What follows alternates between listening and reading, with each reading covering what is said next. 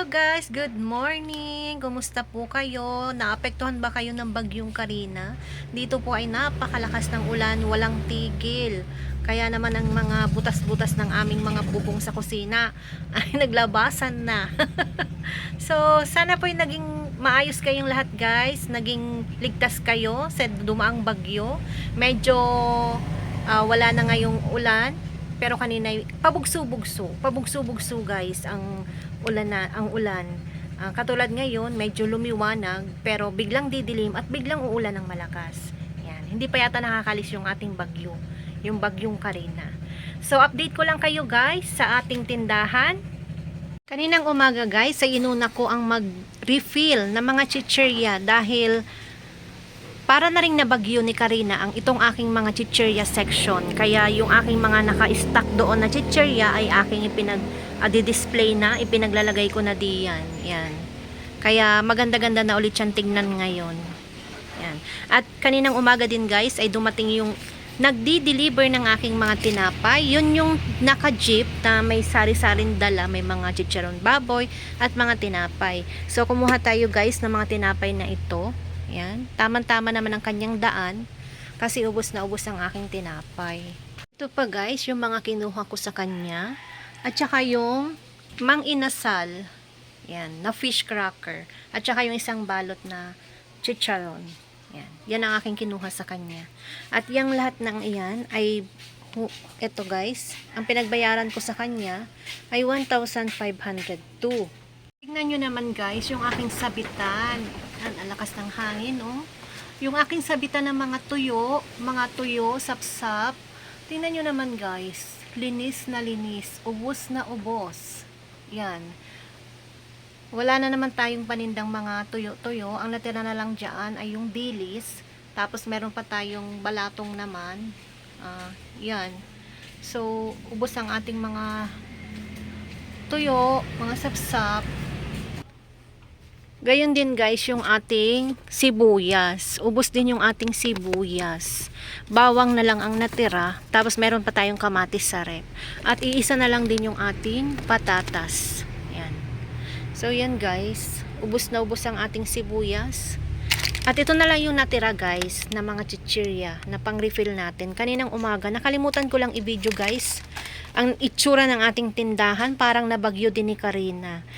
Yang chichirya na yan ay may mga kasamahan yan, nakatumpok-tumpok yan dito kaninang umaga. Siya ko nang inayos at ipinang refill ko sa ating chichirya section. At napasipag tayo guys, dahil tayo parang ang sipag-sipag natin ngayong araw, ay nalinis ko yan guys. Kung nakakainis lang, hindi ko na ipakita sa inyo kung yung anong itsura niyan kanina. Grabeng kakalat. Ang kalat. O yan, naayos ko na yan guys. Napagpatas-patas ko na. Yan. So, diba? At saka ito pa guys, yung ating ibang chichirya. Yan. Inayos ko rin yan kaninang umaga. Yan, dahil tayo napasipag at dahil mukhang nabagyo nga yung ating tindahan, ay inayos ko ang ating mga chichirya section. Yan. So, yan guys. Meron pa pala din eh. Lilipat ko yan ng tayo. Dito naman sa loob guys ay kumpletong-kumpleto pa tayo. Yan, kumpletong-kumpleto pa tayo sa dilata. Yan, dahil lang talagang naging mabili kahapon guys ay yung mga tuyo, mga noodles. Yan guys, naubusan ako ang naubos sa akin ay ang chicken noodles, kakaunti na rin yung beef noodles, at saka yung pancit canton ko na sweet and spicy. At saka yung mga pancit canton na kasalo pack, yung malalaki, yun ay naubos.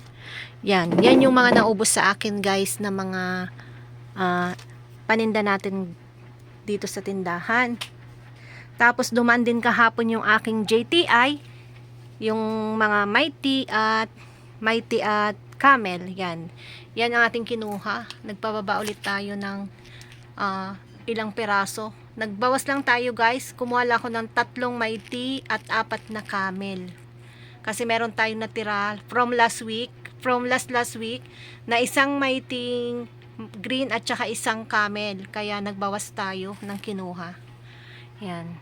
Dahil wala ng trabaho, dahil may bagyo, Walang trabaho yung mga magtatrabaho, yung madaling mag-consume ng mga sigarilyo, UC sana sasabihin, UC. So yun nga guys, ang ganap kahapon, yan. Parang nabagyo din yung ating tindahan. Buti na lang meron tayong mga stock dito na pang-refill sa ating mga paninda. Ang wala lang talaga sa akin na ipang-refill sa mga tuyo-tuyo, yun ang mga naubos. Yun ang mga wala akong may pang-refill dahil mamimili na ulit tayo. Tsaka buti na lang may dumaan tinapay dahil pati yung tinapay ko kahapon ay ubos na ubos din. Parang nga nabagyo. Nabagyo. Gawa ng ang mga tao ay magutumin pag nag-uulan. Maya nabili ng tinapay. Yan. Ang naka-freeze ngayon sa akin ay yung mga soft drinks. May bumili man ay pailan-ilan lang. Kasi kahapon talagang ay grabe ang lakas ng ulan. Walang tigil. Tapos titila. Tapos biglang uulan ng malakas. Pabugso-bugso siya guys. Sana naging safe po kayo. Lalo na po yung mga nasa mababang lugar. Sa ibang lugar na panood ko sa TV kagabi, talagang bahang-baha sila. Yan, yung mga kapwa natin, yung mga kasari natin dyan na lumubog ang mga tindahan, nako, yan, kawawa ang mga taga ibang lugar na nababaha. Kaya pasalamat tayo, pasalamat din ako dahil ang lugar namin hindi talaga binabaha.